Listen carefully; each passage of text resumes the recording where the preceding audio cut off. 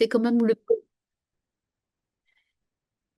un projet ERC, c'est quand même un bonheur pour un scientifique, quel qu'il soit. Et je pense que là, autour de la vidéo, il y a quelques personnes qui peuvent en témoigner, hein. C'est donc un programme européen qui est très attractif sur le financement, évidemment, hein, selon les catégories de projets. C'est présenté comme un projet individuel, mais enfin, et en tout cas, ça apporte, ça donne un bonus individuel au sens où ça va booster en fait la carrière, les projets scientifiques de la personne, mais au-delà de cette personne, et j'y reviendrai, aussi sa thématique et aussi son équipe et son écosystème. Voilà, en général, ce sont des projets de 5 ans, hein, et la gestion et le reporting qu'il y a à faire n'est pas surhumain. Ça, je pense que c'est important de le dire. On s'en fait souvent une montagne, mais il faut être raisonnable. Voilà. En fait, pourquoi c'est aussi attractif? C'est parce qu'en fait, c'est vraiment un,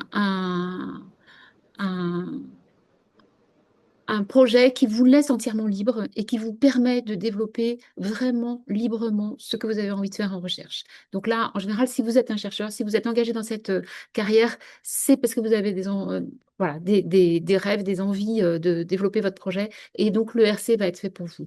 Tous les domaines sont éligibles. On peut tous les sujets dans n'importe quel domaine peuvent l'être aussi. Le tout, la sélection est vraiment basée sur l'excellence et on va voilà, récompenser l'originalité, c'est ça qui va être valorisé dans l'appel à projet, dans l'appel ERC, hein. Et encore une fois, au niveau de l'organisation, vous avez pas mal de liberté et de flexibilité, hein. Vous pouvez le piloter comme un projet complètement individuel, mais vous pouvez aussi le piloter comme un projet d'équipe. Il y a plein de gens qui l'ont fait comme ça et ça marche très bien. Donc, les critiques qu'on fait quelquefois à l'ERC en disant c'est vraiment beaucoup d'argent sur une personne, c'est une question d'organisation et de la manière dont vous prenez les choses. Ce qui est important à souligner, c'est qu'en France, on a encore aujourd'hui trop d'autocensure sur l'ERC. C'est aussi pour ça qu'on a des bons taux de réussite, hein. C'est parce que finalement, il y a tellement peu enfin, les gens s'autocensurent avant de candidater. Après, ça marche bien, mais si on pouvait candidater plus, on aurait sans doute des succès, un nombre de succès supérieur. Voilà. Alors, ce projet, ça va vraiment booster son porteur ou sa porteuse, leur équipe et leur laboratoire, hein. Oui, et même au-delà, la thématique au-delà du laboratoire. Ça, c'est important. Donc, ça veut dire qu'il faut aussi, je le redis, penser pas simplement complètement individuellement, mais aussi penser un peu collectivement. Ne préparez pas tout seul, ne vous cachez pas pour préparer votre projet versé. Vous avez besoin d'en parler, vous avez besoin d'être soutenu, d'être aidé. Ça va vous aider à mettre les choses en forme, à clarifier les messages, à trouver la manière de trouver les bons messages pour avoir le plus d'impact possible et être le plus convaincant possible. Et les bénéfices, ils vont être aussi pour tout le monde. Alors évidemment, les bénéfices ils sont très importants et ils sont d'abord financiers quand le projet est accepté, hein. Ça, c'est évident parce que du coup, vous avez 5 ans de tranquillité avec de l'argent pour développer votre projet. C'est important de souligner aussi qu'il y a aussi des bénéfices quand le projet est rejeté, même si c'est un peu difficile d'accepter l'échec, comme toujours. Mais le nombre de gens qui sont capables de dire, voilà, moi j'ai préparé le verset et ça a été vraiment un accélérateur dans mes réflexions, dans ma carrière, ça a dynamisé ma recherche, c'est important. Ça va permettre aussi de clarifier les objectifs et ensuite d'aller chercher d'autres financements. euh, en fonction de ce projet que vous avez clarifié. Et puis, vous avez aussi des retours sur votre projet, que ce soit la cellule ERC, les experts, etc., qui vont vous donner des retours, qui vont vous aider éventuellement à reproposer votre projet, soit à l'ERC, soit ailleurs. Voilà, donc en fait, c'est vraiment une compétition qui est sélective, hein, évidemment. C'est voilà, c'est quand même pour des projets d'excellence, mais c'est quand même une compétition qui est bénéfique. Euh, le- la- Globalement, la politique qu'on a mis en place, elle se situe à 3 niveaux. D'encourager hein, et de passer des messages aux directeurs et directrices d'unité, d'organiser des réunions comme celles qu'on a aujourd'hui, de mobiliser un petit peu l'écosystème pour favoriser, encourager les scientifiques à soumettre des projets. C'est bien entendu une politique de soutien, et là je mets l'accent plutôt sur la politique CNRS, puisque là on va fonctionner un petit peu en parallèle CNRS et INRIA. Donc on va accorder en priorité des accueils en délégation aux enseignants-chercheurs et enseignantes-chercheuses, évidemment, qui souhaitent proposer des ERC et qui ont besoin de temps pour monter leur projet. Ça va bien entendu être un critère aussi, avoir soumis un projet, hein, pas forcément avoir osé soumettre son projet à l'ERC, s'être lancé dans cette compétition d'une certaine manière. En soi, ça va être aussi un critère pour les promotions. Et puis, il y a tout un travail d'accompagnement, de soutien de la cellule ERC pour donc voilà, mentorer les projets, diffuser des documents pour guider la préparation du projet, etc. Puis troisième pilier de la politique, ça va être vraiment préparer l'ERC avec le soutien au local, soit par les cellules de l'université, soit par la délégation du CNRS, hein, qui va vous aider sur tout le plan administratif du montage du projet. Et puis un soutien scientifique avec la cellule ERC. Vous avez au-delà aussi un soutien à l'échelle nationale avec les points ERC qui sont mis en place. Donc voilà, ça c'est en quelques mots les bonnes raisons de soumettre un projet. Et le message qu'on veut vous faire passer, c'est n'y allez pas seul, ne vous censurez pas trop et faites-vous accompagner parce que ce sera aussi bénéfique pour vous, mais bénéfique pour euh, votre équipe, votre communauté scientifique, votre laboratoire, etc. Merci à tous. Merci beaucoup, Adeline. Et si jamais il y a une question pour Adeline, vous pouvez la faire en ouvrant votre micro tout simplement ou sur le chat avant de passer à l'orateur suivant.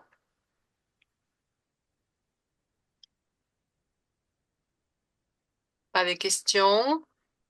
Donc, merci encore, Adeline. On sait que c'était une journée particulièrement compliquée aujourd'hui pour toi et merci beaucoup d'avoir ouvert cette journée. Donc, merci à Et tous d'être là. Moi, je vais m'éclipser, comme l'a dit Delia, mais je vous souhaite une bonne réunion. Merci. merci. Merci. Et je vais donner la parole à Indika Bengochea, si je viens prononcer son nom, de l'RCA, qui va vous présenter les éléments essentiels pour monter un projet ERC. Merci beaucoup, Elia. Merci pour prononcer bien mon nom. Ça m'arrive pas souvent. So, thank you for the invitation, and good afternoon to everyone. So, my name is Andika, and I am working in the ERC Executive Agency. So, we are basically the agency running all the calls of the ERC. So, I've been invited to present you. Juste, on voit un bandeau noir sur les transparents au-dessus. Je ne sais pas si c'est possible de l'enlever. C'est bon maintenant? Encore un bandeau, il y a encore un bandeau. Attendez. Il y en a une partie qui vient de Oui, disparaître. mais c'est à cause Bon, de toute de manière, l'enregistrement. Attendez, je vais essayer de le faire encore. peut-être en bougeant les bandeaux tout simplement vers le haut. Je n'arrive pas, attendez. Juste.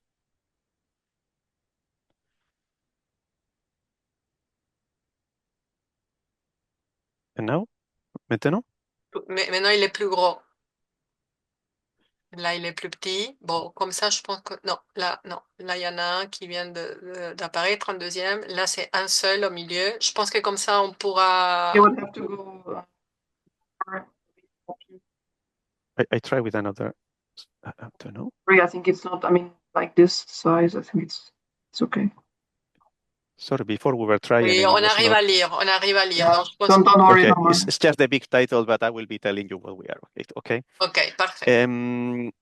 Just to tell you, I am the panel coordinator of P6. Basically, is one of the panels of the scientific panels, so the one in computer science and informatics. And I'm going to introduce you. Well, I try to go more to the tips and the ideas on that you have to take into account, and also we can have afterwards a few minutes for questions if you want to understand something that I explained that you want to know in detail. I'm going very quickly through all the basic aspects of the ERC, like the type of calls and all this, because you have both in the CNRS and in the INRIA very competent people, very institutionally working on this. So you can trust on them for these basic things regarding that. So, and I have to tell you something because this is being recorded. We don't have the work program for 2026, which is the summary of which are all the calls and the dates and all this already is not made public.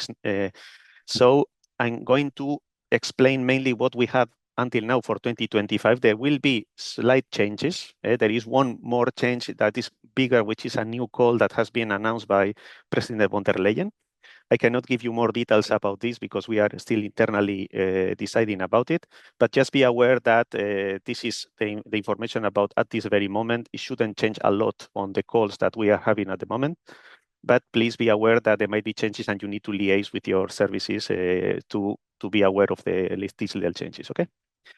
So these are all the calls that we have at the moment. I'm going to focus mainly on the starting grant, consolidator, and advance, although most of the things that I will explain you also is applicable for Synergy. Very quickly, starting is for early stage researchers between 2 to 7 years after the PhD. Consolidator is from 7 to 12 years after doing the PhD. And advanced grant doesn't have any submission restrictions. I know that in France, after the PhD, it has different dates. It means for us the date of the viva, of the defense. Okay.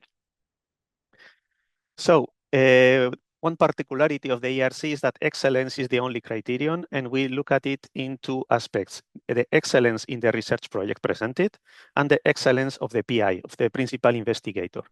Very important, 75% of the mark is about the research project. We are mainly interested in new ideas. This means that the PI is not important. Oh, yes, of course it's important, but it's mainly in relation with the project. Okay, I will come to that afterwards, but be aware that sometimes we even reject proposals to people that are very senior in research because the idea of the project is rather incremental, is not really doing something very groundbreaking as compared to the past. Okay. So this is basically the main important thing. And also very important, the impact in the societal impact is not a criterion like in other EU calls, okay? The evaluation process, I will go very quickly through this. Basically, as it's in the title, I hope you can read that part, that is a single submission, but it has is a two-step evaluation. So basically, you have to prepare the proposal with different parts. We call part B1 to a short synopsis of the project, where you basically explain the what and a bit of information about the how and your own CV. And then is the part B2 and the budget, where you go more, you can explain more and more about the how you are going to do it, okay? So we do have a first evaluation, the first step with the panel to analyze only the part B1, meaning the synopsis and the CV. And then we already have a few projects that will be rejected and others that will pass for the second step. So you will get the feedback already immediately after that.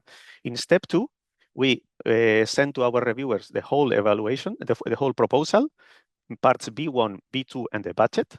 And there is an interview. So the panel will have the chance to ask you some questions in the interview as well about particularities that might not be clear. And at the end, then afterwards, again, of course, the feedback to applicants to know if after this interview it went through or not. So I'm going to focus mainly on tips that I think are important a bit in the chronological order that I would suggest to prepare a proposal. Okay. So the most important is to get familiar with the tender, with the funding and tender portal where you are going to submit. We have a deadline, and you can submit every single time that you want until the deadline, meaning that you can don't leave it to submit it at the very last moment. You can send it before, submit it before, and if you want to continue changing something, you can continue changing it afterwards as well. We accept resubmissions within the deadline, okay? There are lots of documents that we recommend to read, but I think that in your case, it's very, very important that you take a bit the support of your institutions, because you have a very good teams in both the INRI and the CNRS, as I said. Okay, Another important aspect is to possibilities to talk to other ERC grantees who normally have their own grant and they are not competitors in this moment, so they can help you as well a lot in explaining the process. We have for each of the calls, we have also our emails where you can ask questions about as applicants. As you see, for 2025, these are the ones that we have. And very important, if you are going to have collaborators and you mention the collaborators, you should ask them consent or you should ask them for consent to be named. I tell you this because it happened in the past that they were mentioning collaborators that by chance they were our panel members, and it was not very well appreciated, as you can imagine. So it's important that at least if we are going to contact you afterwards, but do you have the collaboration of this? Administratively, we have to do this if the panel requests it. It's important that you do that, okay? I told you about the eligibility for the starting and consolidator grants. Starting is 2 to 7 years after the PhD date. In the French case, it's the VIVA, la date de la défense, de la soutenance. And for COG, it would be from 7 to 12 years. Well, I put you here the dates for the calls that we have now. It will be the same for the following for 2026. When counts exactly that. But we have also extensions to the eligibility window. So for instance, for maternity aspect, for maternity leaves, every woman is entitled to 18 months per child, even if you did it, if you had them before having the PhD. For paternities, the actual time taken off, the times of the military service, and well, you have other situations here, and we don't have limit on.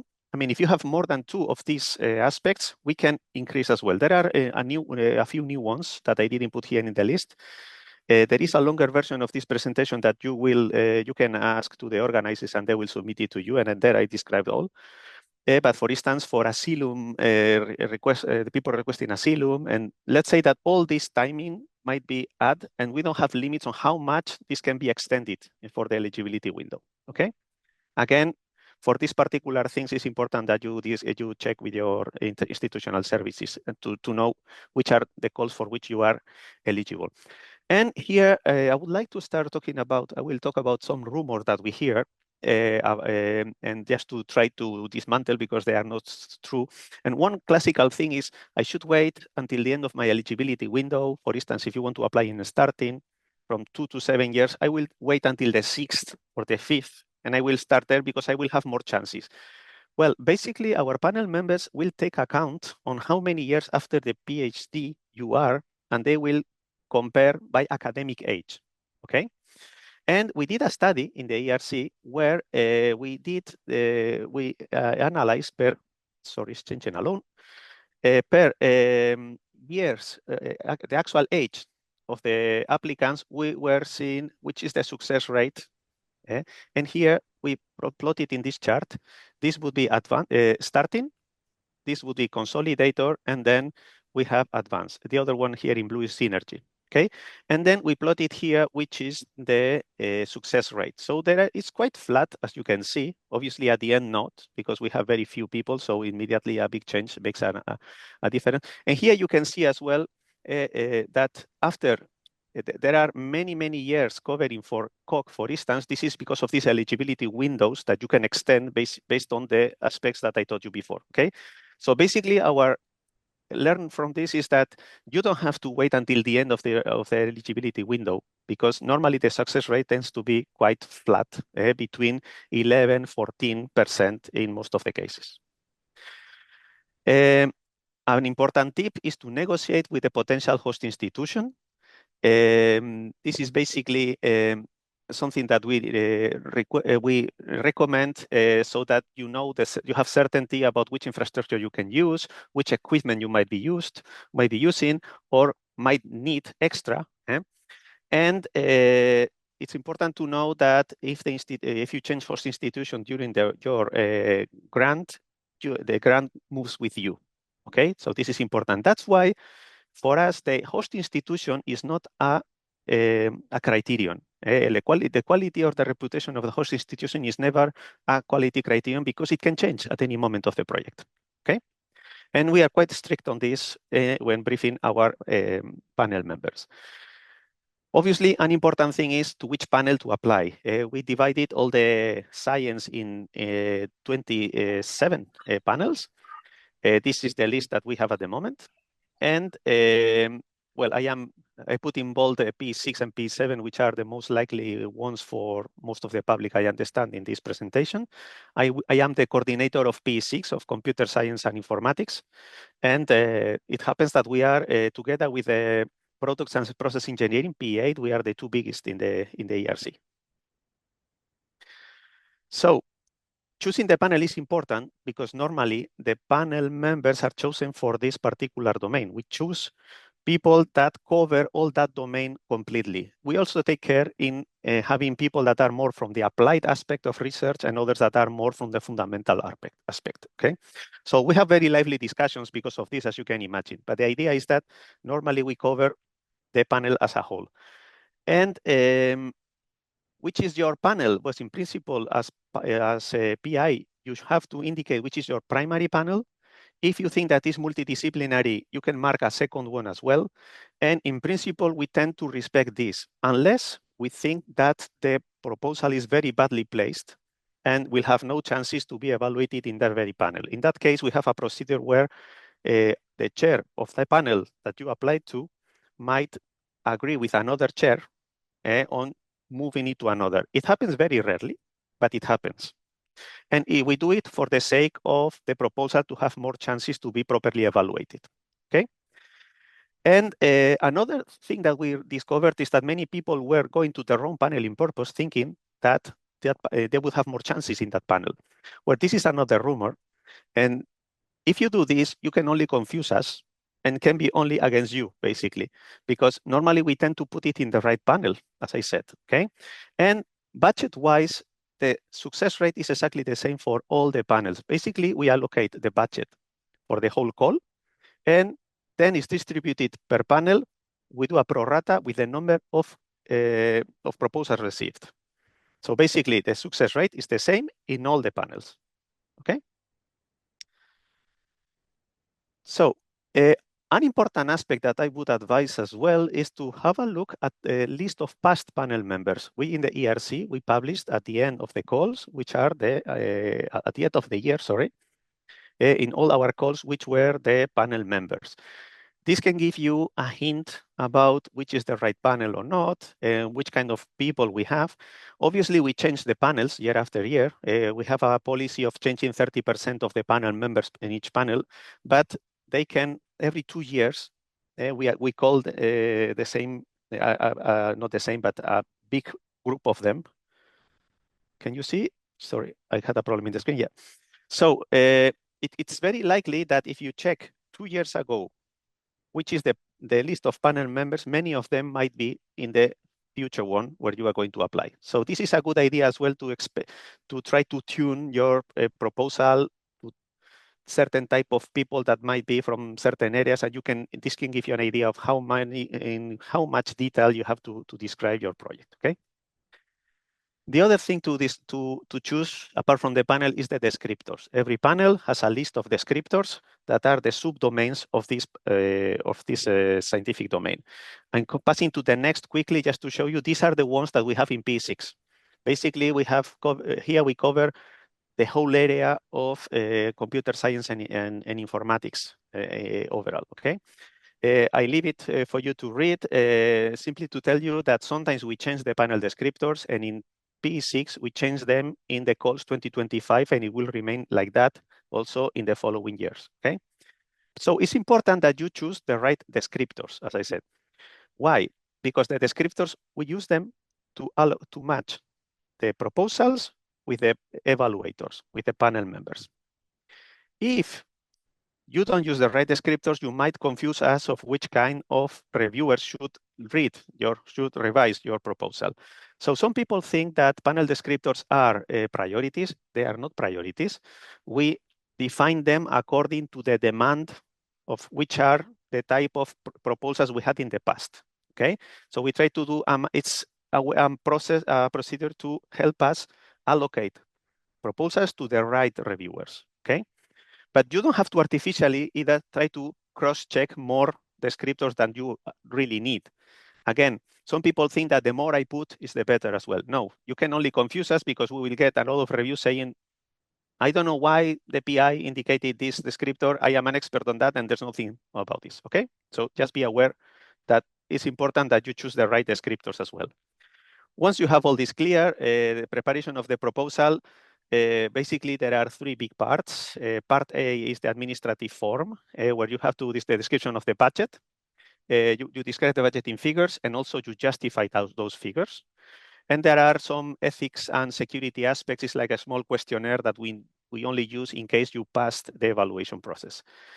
Part B1, as I said, is the synopsis, is the synopsis describing the what and a bit of the how or why is also a relevant project, normally as compared to the state of the art, etc.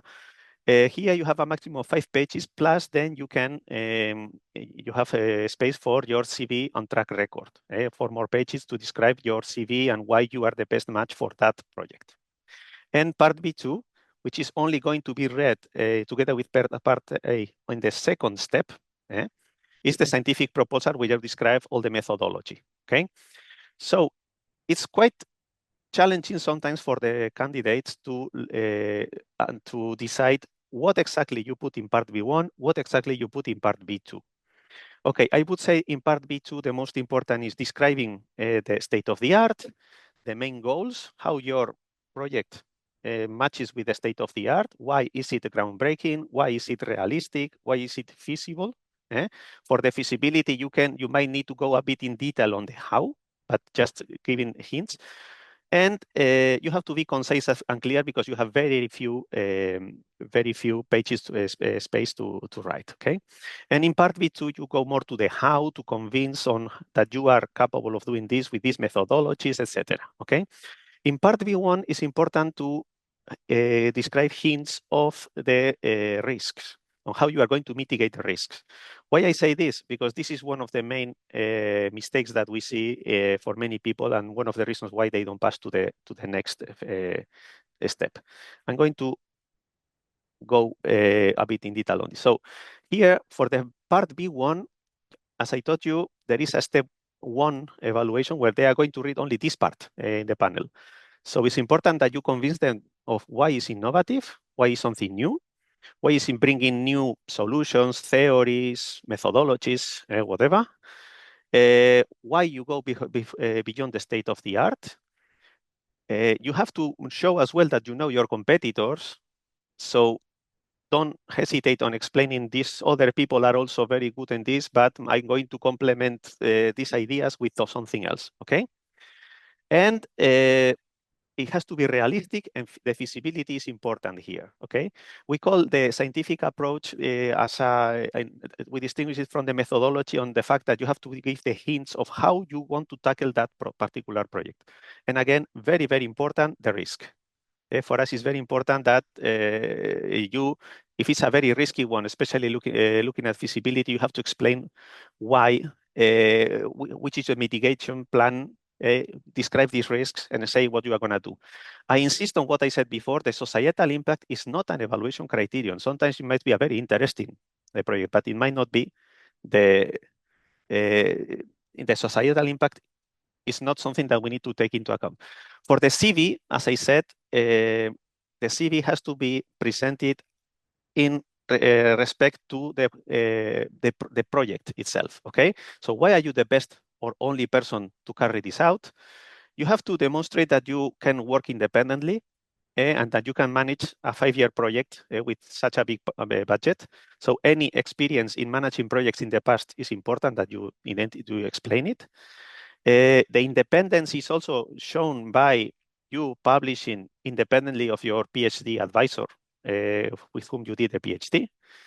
And basically, the most important message here is that the publication record is not decisive in our case. Some people think that unless you have a publication in Nature or Science, it's not true.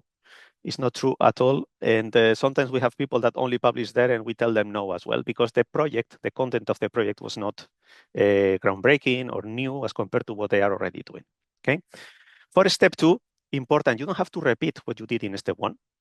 So because we ask evaluators to read both parts, not plus the budget. And you have to provide the details of the methodology on how you want to tackle. Here, we expect a work plan, but we don't expect necessarily that you present work packages. I know that we are mainly engineers and we have the tendency to use Gantt charts and things like this, which can be good, but we don't request them in the ERC. Sometimes it's better to talk in terms of objectives and not so much on work packages. Okay, that gives you as well more flexibility afterwards for the project, especially in theoretical projects. Okay, so this is, and then important, the involvement of team members, especially if you have proposals or you have projects where you need other people because it's very interdisciplinary or because there's no single person that has in itself, by himself or herself, the experience and the expertise needed. It's not a problem to confirm that you have other team members that will collaborate with you and that we will contribute to the project. For the budget, I leave you, I mean, these are basic things, but simply justify the resources. Here it's important to tell you that we only analyze the budget after we analyze the scientific part, okay? So we are not micromanaging the finances. We ask them only after the ranking is closed, okay, for those that passed, do you have any remark? Do you think that they put excessive cost on something else? But don't, basically your budget is yours, so we are not, we take it, the awards are on the take it or leave it basis, okay? We don't do a negotiation. To conclude, just a few slides. I did this slide trying to reflect the typical reasons for rejection, and I'm not making it to step 2, mainly. In our case, it's more the incremental research. People that explain something that they are already doing de facto, or that they are going to do regardless of having an ERC grant or not. And this is an important part of it. Most of them, I think, I would say, is because of the incremental research. The scope. Sometimes there are projects that want to solve all the problems of the world, let's say, but they are too narrow or too broad. This type of, if they're not very focused, or if you don't have something realistic that in 5 years, I want to do this, you can talk about your target for more than the 5 years. That is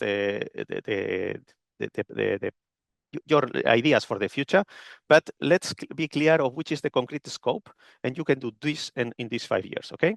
Sometimes the hypothesis or the objectives are not sufficiently clear. They have a concrete idea, but they are not explaining it, what exactly they want to do in that framework. The work plan not detailed enough or unclear. Again, we don't ask for work packages, but you need to give the sketches of what exactly you are going to use as techniques to tackle that problem, to work on that direction.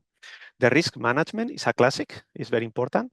And for interdisciplinary proposals that you miss expertise in one area. So again, you can complement it with collaborations with other experts, but you need to say something about it. About the PIs, the insufficient track record or the insufficient potential for independence. I told you that we have sometimes people that didn't have any single publication without the PhD supervisor. Experience in leading projects. And sometimes this is for synergy, when there are many PIs and you don't see the complementarity. Normally you expect people that are experts in different areas and that they have only through the complementary expertise, they can tackle the project, okay? In the case of the interview, normally for the poor presentation or for not addressing the questions would be the most important, okay? So I have this slide about other rumors that we hear. You can only apply for the ERC if you are a highly accomplished scientist, but this is not true. And we have many people that are very, very young and, or in an early stage in their career, and they can compete with senior people because we check at the academic age of each, and we compare them according to that. Either some people telling us that you need to have established research line or prove continuity and credibility, but generally it happens exactly the contrary, because you have to demonstrate that you will not continue doing the same, okay? If you have an ERC grant in the past, you have more chances, but not really, because sometimes even the panel members will be checking what you did having the opportunity to have such a good research grant, and they expect also that you have some important input, impact, okay? And again, I said about the social impact. The more socially or medically relevant a proposal is, the higher the chances. It's not true because the societal impact is not a criterion, okay?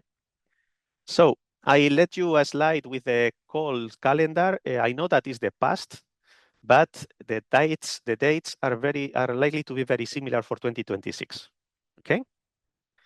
And simply, if you want more information, we have some videos developed by the people in the ERC, in the executive agency themselves, explaining, giving presentations like this, and they focus on the interview, the part B1, etc. It's a very good source for information. And with this, I conclude. So thank you very much for your attention. So Delia, I pass it to you. Oui, merci beaucoup, Indica. Et est-ce que vous avez des questions, si vous voulez prendre votre micro ou sur le chat?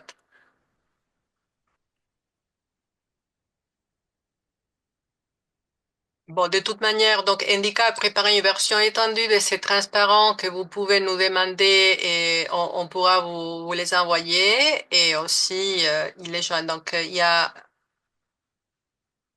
donc là, il y a une question sur le chat. Can partners from outside Europe participate in a Synergy ERC project? Yes, they can. They can. If I remember properly, out of 4, it could be 2 from outside the EU. But again, this is as up to now. I don't expect changes on this, but it's important that for the future calls, you check this with your institutions. They will be following these particularities. Merci. D'autres questions avant de passer à l'exposé suivant? How important is to have previous publication on the research problems proposed in the ERC? Well, this is a question that I receive often, mainly from life sciences people, about if you have to do some preliminary experiments, for instance, as well. I would say that there are different traditions depending on the scientific domain. But for engineering, I would say if you want to tackle a problem that is complicated, that is very complex, you need to show somehow that you have some track record showing that you are capable of doing it, okay? So previous publication, normally they expect something. It could be in terms of publication, it can be in terms of collaborations. It could be that you were coming from another domain and this is a new way of tackling this new area. So it could be, so it's important to have some tradition and to show that you are aware of where you want to start working on, okay? Could we have the slides again? Yes, as we said, you can ask to the organizers. How many collaborators can be involved in a project? Look, the projects are yours. I mean, we don't have something telling you up front how many it should be. I've seen a bit of everything. The more the multidisciplinary the project, the more collaborators you might need. But normally, I would say, if you are asking a number, I cannot give you a number, depends on the project. But as many as you need to cover all the expertise required to tackle the project objectives. This is what I would say. Et ce qu'on peut dire, c'est que pour les synergies, c'est entre 2 et 4. C'est bien ça? Entre 2 et 4, voilà, ouais. Entre 2 et 4 pour les synergies. What is the distribution of grant funding?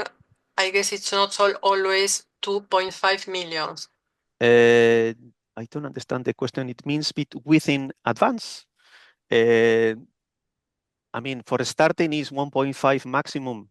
For COG is 2. For advance is 2.5 maximum. And for synergy is different as well. But I don't understand about the distribution of grant fundings. I guess it's the difference between the calls. That is the answer. But okay, you can ask me otherwise. When my topic is in between the panels, how should I decide the panel? It's a very good question. I would say you should choose the panel of the domain in which you will have a bigger impact in terms of publications, in terms of, I don't know, where you are going to publish, to conferences on that area. I know it's a bit vague to explain like that, but it's very difficult to say it other ways. Basically, our panel will check where have you been publishing in the past to see if it's in the right panel or not. It's part of the tasks that we do, okay? So if you've been contributing in that area, then I would go to that panel. Et la dernière question, parce que on est un peu, bah, je voudrais quand même maintenir le programme initial et de toute manière, il y a d'autres intervenants qui pourront répondre à ce type de questions. Oui, la dernière. Laquelle? Can you please explain a bit more about how you define innovative or groundbreaking project in computer science, computer vision? Okay, it could be that you are applying some new methodologies that maybe no one has applied until now to a concrete problem within computer science or computer vision. It could be that you have a problem that is very well known that no one has been able to tackle it, and you want to do it in a different way. Innovative, I would do it. Groundbreaking is when you are going to make a big change in your scientific domain. This is how I would define it. Innovative can be in the sense that it's not in the state of the art, okay? It's not part of the state of the art. I would contrast this with not being incremental. Incremental for us means that a project that is basically doing the same track of what the PI has been doing until now. Okay, so anything that is not this, it would be either innovative or groundbreaking. This is how I would explain it.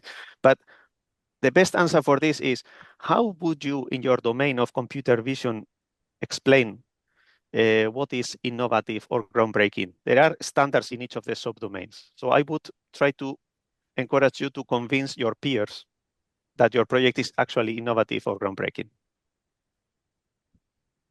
Merci beaucoup, Indica. Merci beaucoup pour cette intervention. Donc, je rappelle que vous pouvez nous demander la version longue de ces transparents, ou la version courte d'ailleurs, si vous voulez, et contacter Indica ou nous contacter pour d'autres questions. Merci, Indica. Merci à vous, enchanté.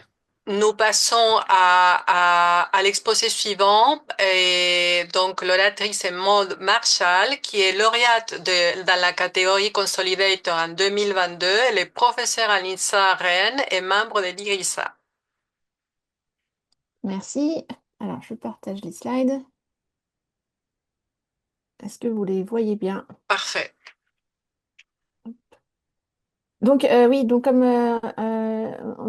on vient de l'expliquer, donc effectivement, je suis professeure à l'INSA de Rennes, membre de l'IRISA. Je suis aussi membre de l'Institut universitaire de France. Je reviendrai dessus tout à l'heure pour expliquer en quoi ça a pu aussi m'être utile. Et donc, moi, j'ai obtenu une ERC Consolidator, donc dans l'appel 2022, et je l'ai commencé officiellement fin 2023.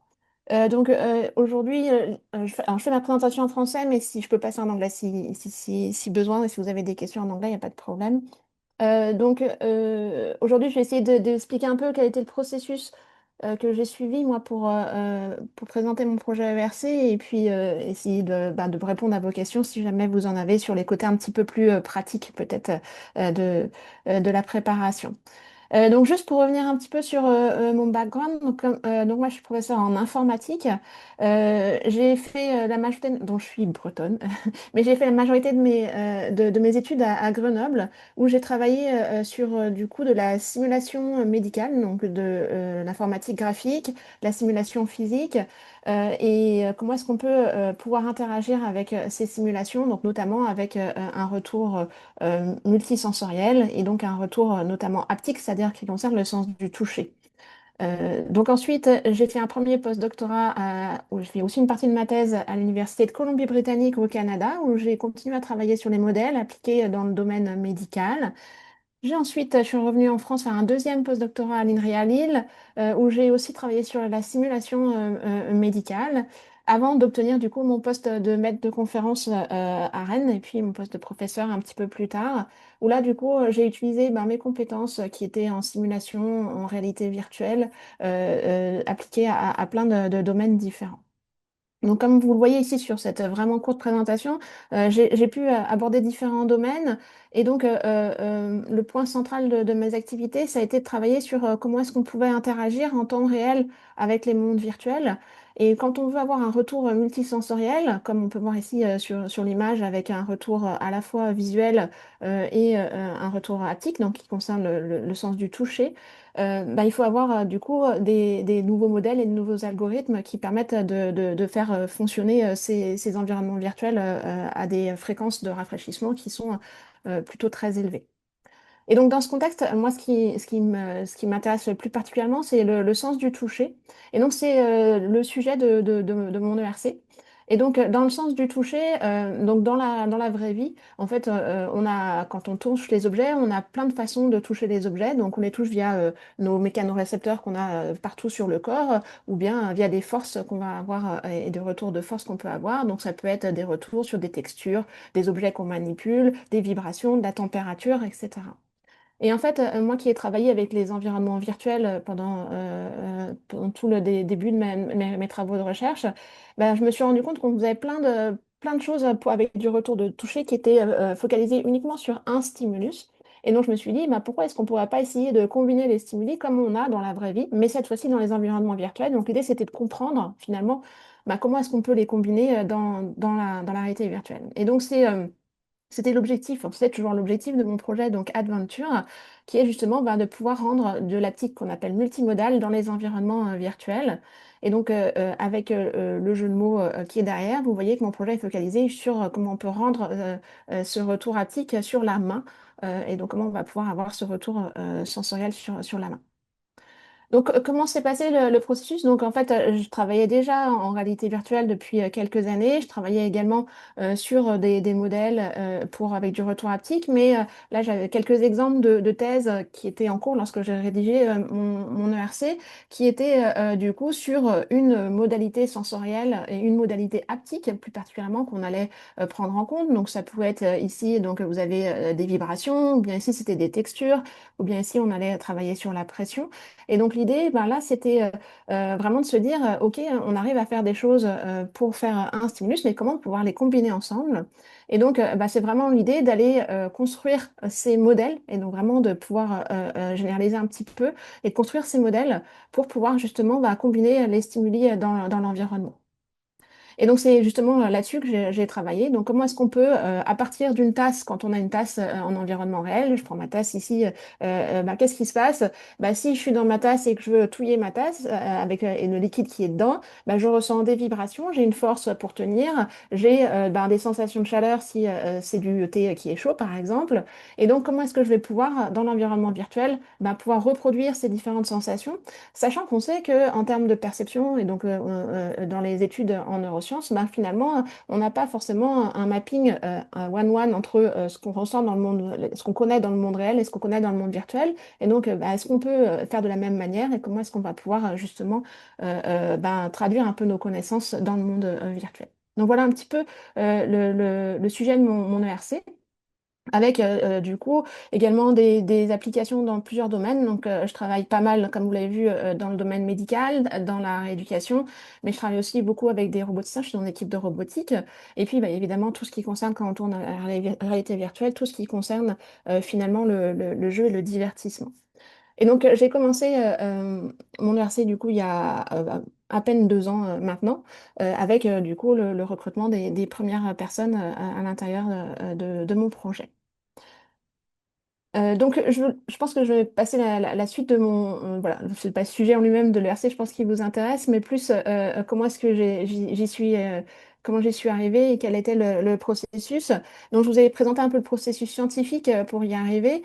Et après, là, c'est plus mes retours pratico-pratiques de comment ça s'est passé derrière. Donc, la première chose, je pense que ça a déjà été mentionné, il faut du temps. Donc, il faut beaucoup de temps. Et donc, ça, c'est quelque chose qui peut être compliqué. Alors, pour le coup, je suis enseignant-chercheur, donc je peux en parler. Quand on est enseignant-chercheur, on a des journées qui sont très, très morcelées, avec des temps où on va enseigner, des temps administratifs, on voit beaucoup d'étudiants, etc. Et donc, bah, forcément, c'est un peu compliqué de se concentrer. Or, pour rédiger une ERC, un projet ERC, ça demande des temps longs où on se concentre sur la rédaction d'un projet sur temps long. Donc c'est à la fin quelque chose de très positif, parce que scientifiquement, on va vraiment en profondeur dans un sujet, ce qu'on n'a pas forcément le temps de faire si on garde notre train-train quotidien, mais en même temps, il faut trouver ce temps. Et donc forcément, trouver ce temps, ça veut dire que bah, on met un peu de côté certaines autres choses. Et donc, ça veut dire qu'il faut faire un peu de place et donc banaliser des journées entières. Alors, personnellement, mais je pense que moi, j'ai besoin de travailler au moins par demi-journée complète sur le même sujet. Sans autre chose qui perturbe. Et donc, pour un enseignant-chercheur, ça peut être un peu compliqué. Et donc, l'idée, ben, c'est évidemment d'accepter de mettre de côté certaines choses ou alors de ben, prendre un petit peu sur le temps personnel, malheureusement, pour pouvoir réaliser ça. Ou alors bien d'avoir peut-être demander effectivement du temps de délégation, par exemple, qui peuvent être des choses qui permettent d'avoir un petit peu plus de temps. Mais dans tous les cas, qu'on soit chercheur ou enseignant-chercheur, bah, il faut ces temps longs pour rédiger et puis pour pouvoir améliorer le projet, puisque ça ne se fait pas en une itération. En fait, il y a pas mal d'itérations et on va pouvoir revenir dessus, puisque ça se joue beaucoup, pas au mot près, mais presque, sur ce qu'on va aller mettre à l'intérieur. Et c'est ça sur toutes les pages. Et le document est quand même assez long au final, puisqu'on a deux documents, un B1, un B2 à faire. Et donc, ça peut être un peu long. Donc, il faut du temps. Et donc, il faut accepter qu'il y a une période, effectivement, où on met soit de côté des choses, ça veut dire qu'on prend du retard sur d'autres choses, ou alors on mange un peu sur le temps personnel, c'est-à-dire les soirées ou les week-ends, ce qui peut également arriver. Ça, c'est le côté négatif, mais positivement, par contre, c'est vraiment très intéressant, et ça a été dit avant, hein, qu'on l'ait ou qu'on ne l'ait pas, en fait, ça permet vraiment de se poser pour réfléchir scientifiquement au sujet sur lequel on a envie de vraiment travailler. Euh, donc ensuite, une fois qu'on a soumis, on est bien content parce que ça a été généralement assez long. Mais pour autant, est-ce qu'on fait rien en attendant que les résultats arrivent? Alors le temps est assez long finalement entre le moment où on dépose et puis le moment où on arrive. Et puis on a tendance bah, à rattraper ce là on a pris du retard. Mais ça vaut le coup aussi de prendre un peu, un peu de temps pour essayer de réfléchir bah, en avance de phase au cas où il y ait la présentation qui arrive. Comment est-ce qu'on veut présenter? Ou bien ben, de commencer à se dire est-ce que j'ai des preuves de concept ou des choses qui vont pouvoir finalement peut-être nourrir, ben, si j'ai un résultat négatif, ben, la prochaine soumission, mais si j'ai un résultat positif, ben, finalement, pouvoir montrer à la présentation des preuves de concept qui peuvent du coup appuyer un petit peu le discours. Donc évidemment, ça c'est du temps également à prendre, toujours, alors qui est un peu long, hein, quelques mois avant les premiers résultats. Donc, après les résultats, bah, il y a deux options. Soit soit on a le projet, soit on ne l'a pas. Alors moi, je ne l'ai pas eu du premier coup. Donc, évidemment, là, la question, c'est comment resoumettre, sachant que la fenêtre de temps pour resoumettre, elle peut être plus ou moins grande. Donc, moi, en l'occurrence, elle a été très courte. Donc, la question est, ben, quand on a les résultats, on n'a pas, on sait comment est-ce qu'on se remet dedans. Donc, soit on a une fenêtre très courte pour se remettre dedans et pour remettre des choses.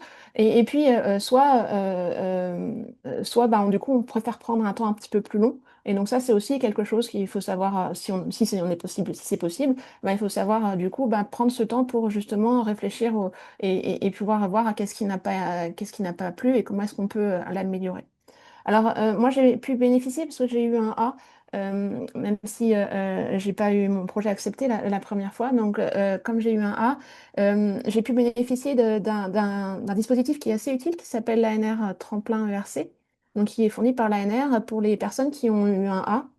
Et donc ça permet, avec un petit financement, finalement, moi j'ai pris un postdoc, ça m'a permis un peu de développer certaines idées que j'avais dans mon projet ERC pour avoir des preuves de concept que j'ai pu présenter à la fois d'après. Donc c'est un dispositif qui est plutôt intéressant. Alors pour autant, si vous avez un B et pas un A et vous n'êtes pas accepté, parce qu'on peut avoir un A et ne pas être accepté, moi en l'occurrence j'étais en dessous de la barre des projets qui ont pu être financés. Et donc du coup, dans ces cas-là, si vous avez un B, il y a aussi d'autres dispositifs en local, je pense, dans chaque région, en tout cas en Bretagne, il y en a, qui permettent de vous aider et justement de pouvoir ben, améliorer votre proposition. Si vous avez les résultats et c'est positif, il y a quand même encore, c'est pas fini, et il y a encore du temps à prendre, et c'est du temps, en fait, c'est du temps à consacrer au projet. Et ça, c'est aussi quelque chose auquel il faut, alors c'est plutôt positif, hein, parce qu'on a eu un projet qui est accepté, Mais du coup, il faut avoir ce temps-là qui soit aussi disponible. Et donc, ça veut dire qu'il faut savoir faire peut-être un peu de ménage parfois dans certaines choses pour pouvoir justement garder la place pour le projet et pouvoir en profiter. Et c'est pas facile parce que alors le projet versé, c'est très bien positivement pour une carrière, un CV, mais ça veut dire qu'on a aussi plus de sollicitations. Et donc, évidemment, ça prend aussi du temps. Donc, c'est un équilibre à trouver à ce niveau-là. Donc, le temps, c'est vraiment quelque chose qui est central sur finalement la préparation du projet et puis de la soumission, mais avant et après également. Il y a aussi toute la partie administrative.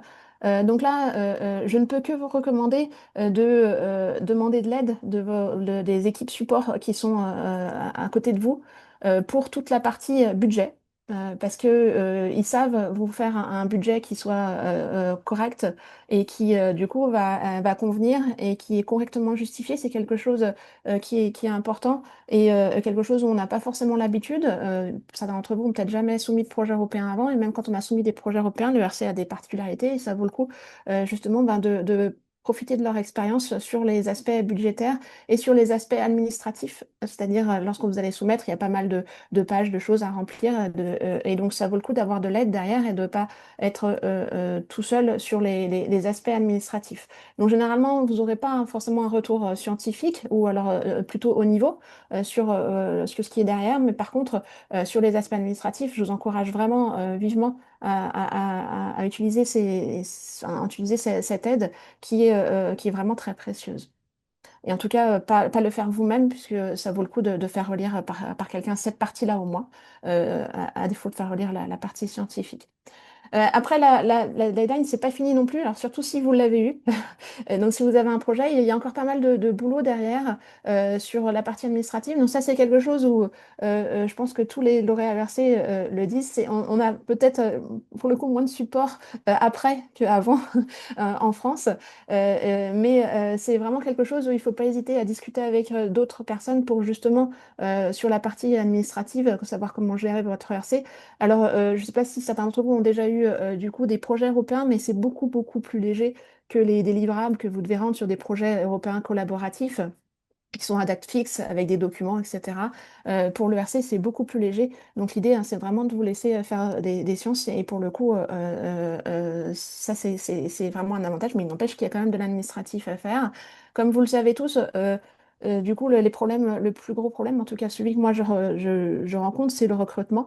Le recrutement, c'est quelque chose qui est difficile aujourd'hui, de recruter quelqu'un qui va pouvoir, avec qui vous allez pouvoir construire une équipe qui est celle qui va vous aider à réaliser votre projet. Et donc ça, c'est quelque chose qui prend beaucoup de temps. Donc je vous encourage vraiment à y penser en avance de phase, notamment quand vous êtes dans votre projet et quand vous rédigez votre projet sur les personnes que vous demandez. Réfléchissez effectivement à comment vous allez pouvoir recruter ces personnes-là un petit peu. Par exemple, si vous avez besoin d'un ingénieur support, comment est-ce que vous allez, quel type d'ingénieur vous voulez. Ça, c'est des choses qu'il faut penser en avance parce qu'il y a des recrutements qui sont plus faciles que d'autres à faire, mais c'est quelque chose qui est important. Et j'enfonce des portes ouvertes, mais moi j'ai eu 2 millions d'euros. 2 millions d'euros, c'est beaucoup d'argent, mais vraiment beaucoup d'argent par rapport à ce qu'on peut avoir l'habitude d'avoir, notamment si vous avez par exemple déjà eu des projets ANR. Et donc, effectivement, alors c'est bien parce que du coup, on est très autonome financièrement, mais le revers de la médaille, c'est qu'il faut du coup ben, savoir bien répartir l'argent. Donc là encore, n'hésitez pas à demander de l'aide sur ces aspects-là. Mon dernier mot, du coup, pour finir, je pense pas qu'il y ait une méthodologie unique pour déposer un projet ERC, c'est-à-dire chacun a sa méthodologie, c'est-à-dire que pour avoir discuté avec d'autres lauréats, certaines personnes rédigent toutes seules et certaines personnes ont besoin de faire relire par une vingtaine d'autres personnes à toutes les différentes étapes d'un point de vue scientifique. Moi, je fais partie de la première catégorie, c'est-à-dire la personne qui ne fait relire, qui n'a pas fait relire, mais chacun a vraiment sa méthodologie, son temps, c'est-à-dire certains d'entre vous vont avoir besoin d'un an pour pouvoir avoir un document qui soit disponible, d'autres vont le faire en quelques mois. Et ça, faut pas du coup vous comparer aux autres qui sont peut-être en compétition avec vous, mais vraiment avoir votre propre méthodologie parce que évidemment, vous savez vous-même comment vous travaillez et c'est vraiment ça qui est important, c'est-à-dire de pouvoir finalement vous concentrer sur le document lui-même et pouvoir organiser votre temps un petit peu comme vous voulez, sans forcément vous comparer à tous les conseils qu'on peut vous donner, parce que certains d'entre vous vont peut-être, certains conseils vont pas s'appliquer à votre façon de travailler. Mais l'idée, en tout cas, c'est que effectivement, il faut un certain temps pour y arriver. Et donc, ça, c'est après à chacun qui va pouvoir s'organiser. Voilà, j'ai fini ma présentation. Si jamais, du coup, vous avez des questions, je suis disponible pour répondre. Merci beaucoup, Maud. Est-ce qu'il y a des questions au micro ou par écrit?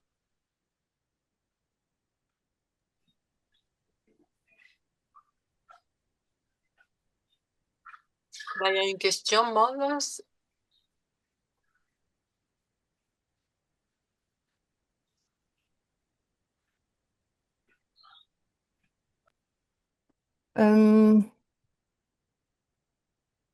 It was like for me like what it was incremental instead. I mean, I have like some proof of concept regarding my project. That's what I showed to you. I have shown to you, but in fact, like I had to.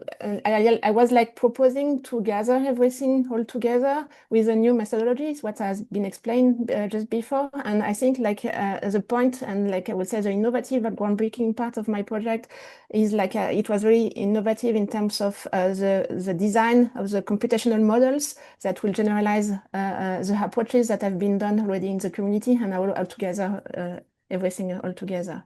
I don't know if it answers the question.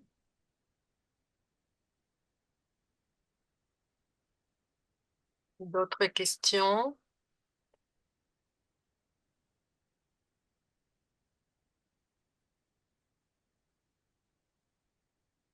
How big was your team of collaborators? Were them from different institutions? I did not propose any name of collaborators in my project, meaning that I only proposed like to have like a team of PhD students, postdocs, and engineers with me. And then I said in my proposal that I will rely on experts on some of my on some like fields that I was not an expert at all. And then like starting now with my project, I was able to get into contact with these people and being able to collaborate with them. But I did not mention anything in my proposal. Just saying that I will rely on experts on whatever you would like to. Merci. Nous avons. And I will say that there is no need, no need to explain. Like you have like a whole team, and you can rely on colleagues around you. I mean, you don't need to explain this. This is really not a criterion for your project. Oh yeah, yes, this is a good question about the EUF because I forgot to mention this. As I said at the beginning, for me, I was like, and I'm still a member of the Institut Universitaire de France, which means that I had less hours to teach, which like somehow replaced a little bit the delegation that you could ask for. And I guess like that's why I was asking and I was advising you to apply for a delegation just to like to lower a little bit like the number of hours you are teaching if you are like teaching. Before that, I was teaching more than 300 hours per year, and then I was able like to like somehow like to decrease like significantly the number of hours, which was very helpful.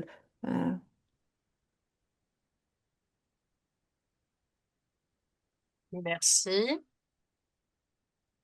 D'autres questions avant de passer à la suite?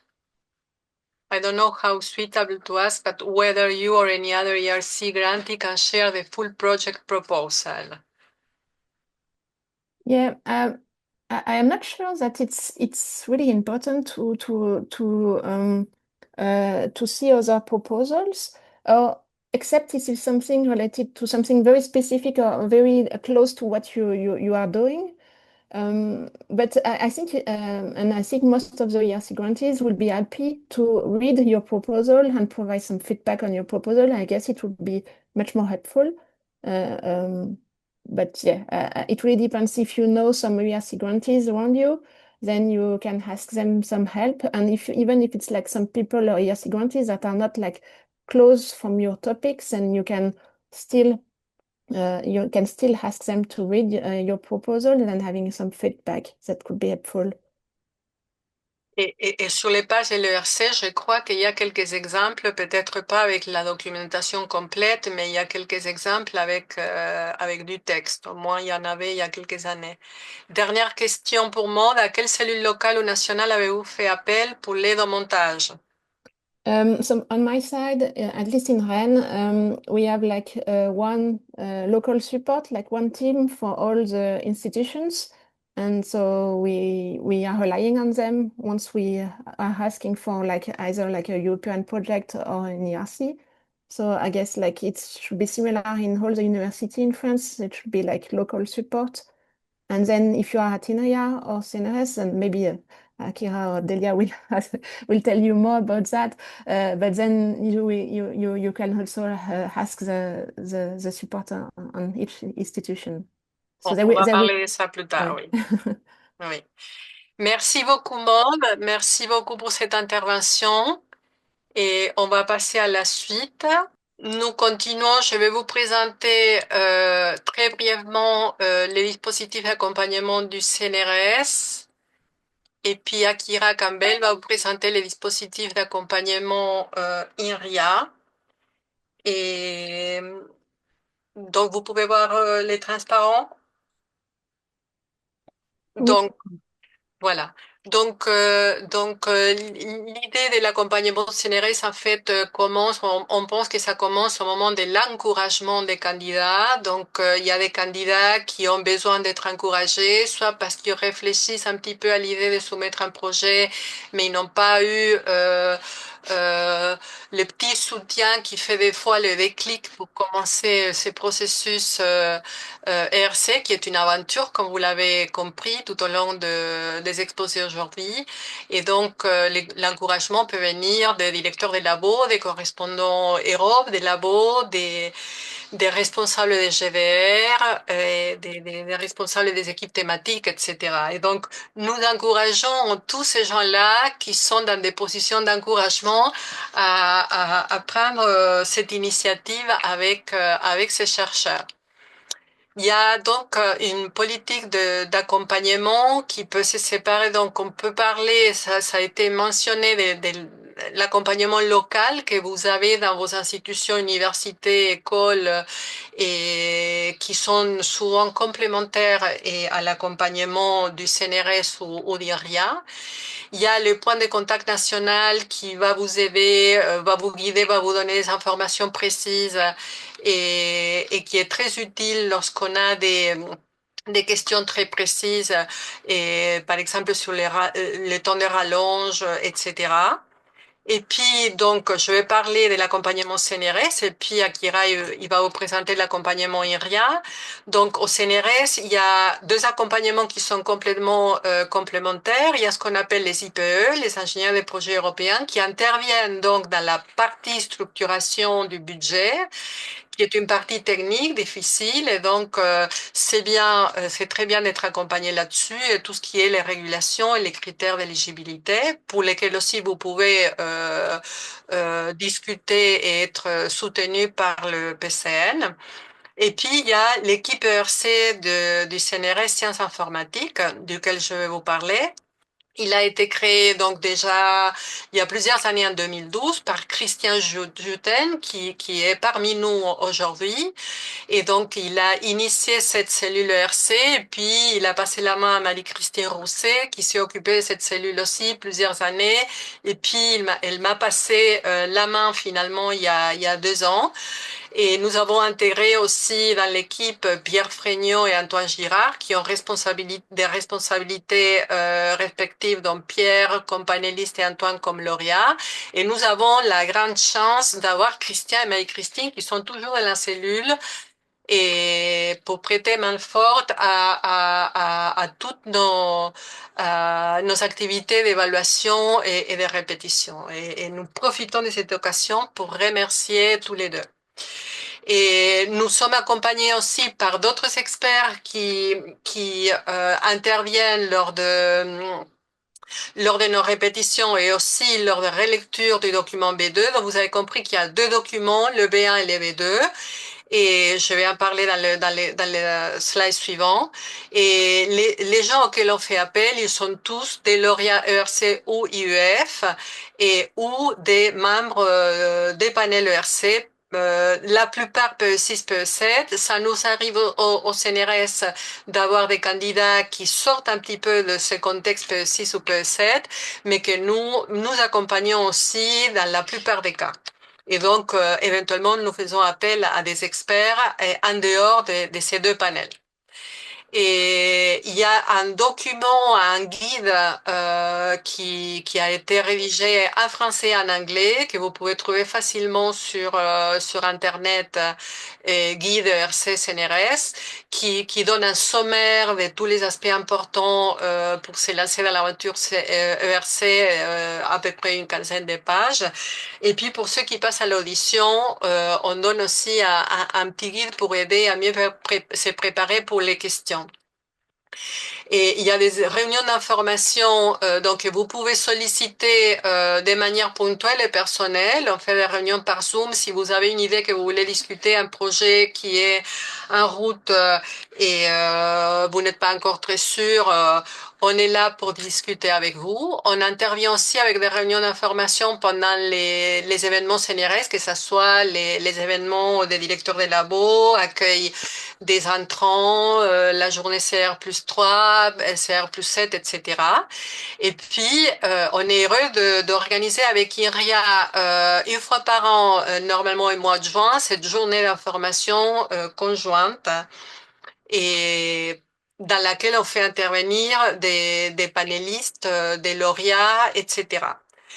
Et en ce qui concerne l'accompagnement pour l'écriture des documents, donc nous, en tant que cellule RC-CNRS, on intervient surtout dans le feedback du document B1. Vous avez compris qu'il faut surtout convaincre avec le B1 pour pouvoir passer à l'étape suivante où le document B2 va être élu, examiné en particulier par les experts. Donc, le document B1, il est essentiel. Et donc, on se met dans la peau des panélistes RC pour vous faire des suggestions, des commentaires, des critiques toujours constructives, etc. Et bien sûr, cette relecture, elle est complémentaire à d'autres soutiens que vous pouvez avoir dans votre institution locale. Elle est tout à fait compatible avec d'autres accompagnements. Et puis, il y a les fameuses répétitions. Ces répétitions, elles sont organisées conjointement avec IRIA.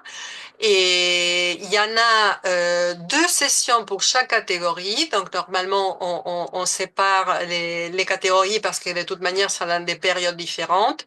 Donc on propose deux sessions, une un mois avant l'audition, une autre une semaine avant l'audition. On recommande très fortement d'assister aux deux. Et puis, on donne des recommandations justement dans la première et comme ça, on peut dans la deuxième rattraper les tout derniers détails avant une semaine à peu près avant l'audition définitive. Et dans ces séances conjointes, on est à peu près un groupe entre 10 et 15 personnes en fonction du nombre des candidats qu'il y a. Il y a la cellule RC IRIA, la cellule RC CNRS et les experts qui viennent aussi au moment de répétition.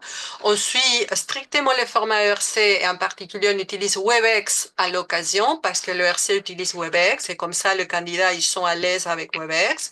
Et puis on enregistre les séances qu'on envoie après aux candidats pour qu'ils puissent se revoir, pour qu'ils puissent réentendre les commentaires, les suggestions et les questions. Normalement, ça marche très bien et les candidats sont satisfaits. On a fait cette année un sondage et des satisfactions et les candidats ont manifesté une grande satisfaction par rapport à ces répétitions conjointes. Donc, je vais juste terminer avec un message, ça a été dit plusieurs fois, mais on aime bien insister là-dessus. C'est une opportunité précieuse pour mener un projet ambitieux de manière indépendante. Et dans chaque carrière, il y a le moment précis, le moment parfait où on arrive à maturation d'un projet. Donc, il faut trouver son temps. On a parlé déjà du panel. Et puis aussi, on a parlé, je pense que c'est Adeline qui a évoqué ça, le fait que, bon, dans un projet synergie, bien évidemment, il y a une équipe entre 2, 4 personnes. Dans un projet Starting Consolidator ou Advance, c'est un projet individuel, mais de toute manière, on s'entoure des personnes et qui vont nous aider, enfin, qui seront associés à notre projet, qui pourront co-encadrer des tests, par exemple, ou co-encadrer des postdocs. Et donc, c'est une aventure finalement collective qui bénéficie aussi à tout votre entourage thématique.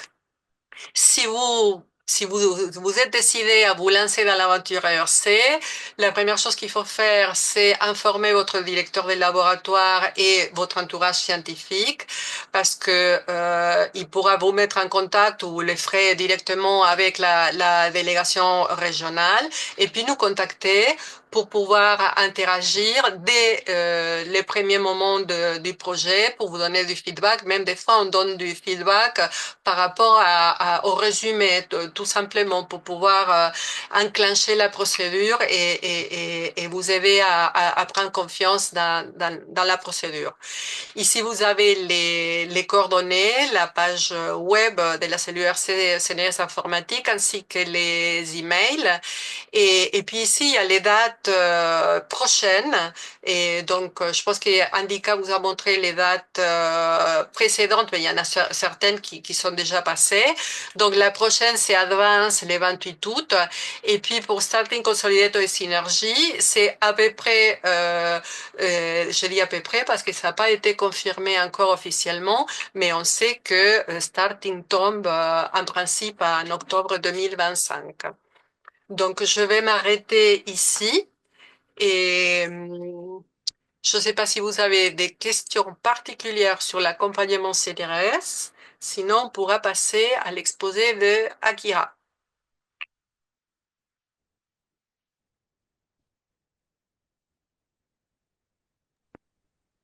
Was there a question? No questions? Okay, fine, great. Parfait. Donc, Akira, je te donne la parole. C'est à toi. Okay, it's nice being at the end because I can fill in some of the missing items. First of all, ERC is a very honest call. What I mean by that is they're made of scientists, so follow the scientific words and imagine how you would write things in a poster.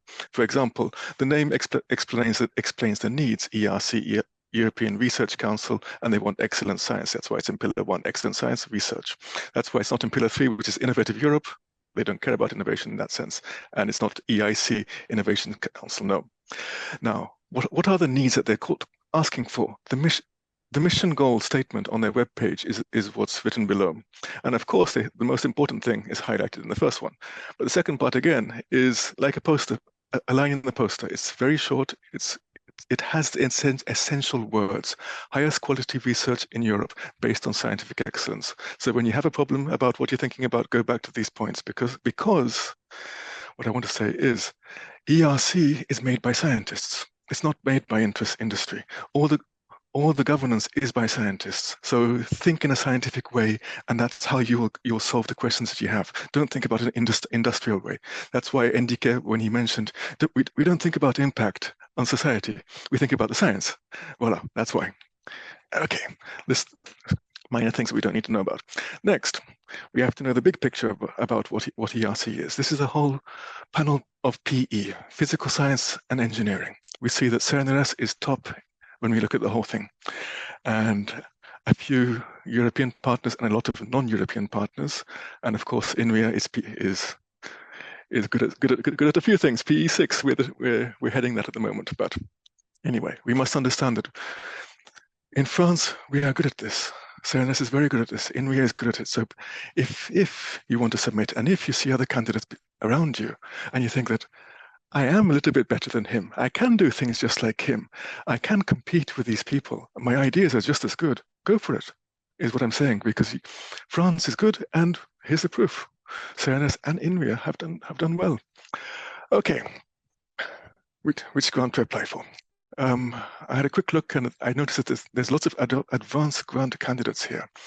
Now, approximately 300 grants will be accepted, and the success rate is going to be about 13%. Like NDK mentioned earlier, 13% is quite high in the European world, I think. And there are lots of grants, like Pillar 2, there are some in the lower single percentage rates, so you have a good chance. Go for it. Next. I promised NDK to explain this, so what are they? Starting grants, 2 to 7 years after the Viva, after the soutenance, consolidated 2 to 12 years after the soutenance, and the money changes. One is 1.5 million, and it goes up to 2 million for consolidated grant. It goes up to 2.5 million for advanced grant. And what is important for advanced grant? Just a track record with significant research achievements. So if you have been working hard on if you are working hard on your research, if you have been concentrating on your research for all your life, you should theoretically be there. Sorry to say this, but that's how I see it. And anyway, Synergy, 2 to 4 partners, PIs, principal investigators. So here it is 2 to 4 brains. These are the people who have the ideas, who will advance the ideas. And as it's written here, one of these brains, these principal investigators, can come from non-EU states. So America, Japan, South Korea can be selected here. Now, proof of concept, that's a different thing. That's for only laureates, but never mind. It's easy to say 2 to 7 years after PhD, but what does that mean exactly? So the exact date is written on this page. If you're successful defense of a PhD, this does not mean that you pass the Viva with further minor corrections. That's not successful defense, that's some minor corrections. That's when you completed all your minor corrections, and you got the certificate saying that you finished the minor corrections, you can now apply for the certificate. That's the successful defense of your PhD. So that date must fall in between these 2 dates. Now, the big problem is next year, the Commission has announced that the rules will change. So please pay attention and have an understanding that the rules for consolidator and starting grant only apply for this year. Furthermore, NDK slightly indicated a new call that's coming out. That will be coming out in December. It will not be coming out when the new work program is released, but it will be coming out as an amendment to the work program in December. So we'll have to wait for that. But that's the long project of 7 years that they've been talking about. Next, to maintain quality of proposals and to maintain the 13% grant success rate and to maintain everything, there has to be some restrictions. And the restrictions is if you submit something of bad quality, you cannot resubmit. I have listed the years here, so have a look at what it is. In step A, if you get a B or a C, you'll be blocked for a few years. And I've put one for consolidated and I've put one for advanced and Synergy as well, because it's a little bit different. Now, the only thing that I have to warn you about here is that Synergy does not apply to advanced and all the individual grants. If you are restricted on starting consolidated advanced, that will not apply to Synergy. You got a B last year in advanced, you can continue and do a Synergy this year. That doesn't matter. It's separate here. Okay, this one we can forget about because everyone's been talking about this all day today. One thing I will highlight though is the importance of passing step 1. Step 1 is evaluated by a general public, and you have to get them to pass it. But once you get past, the success rate is extremely high sometimes for the panels that we work in. Since last year, I think only 44 projects can pass to step 2. And if you look at PE6 there, of the 44 projects that passed, 25 were accepted. So if you do get a step 2, you have a much bigger chance. And that's the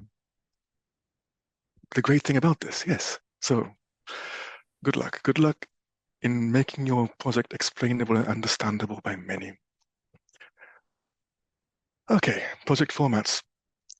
This is a point that will be changing this year. We have been told of the changes, and the changes come to Part B. Part A, we don't know anything about. Part B, we do know about. And for those who have been here for a long time, I'll add a few more changes.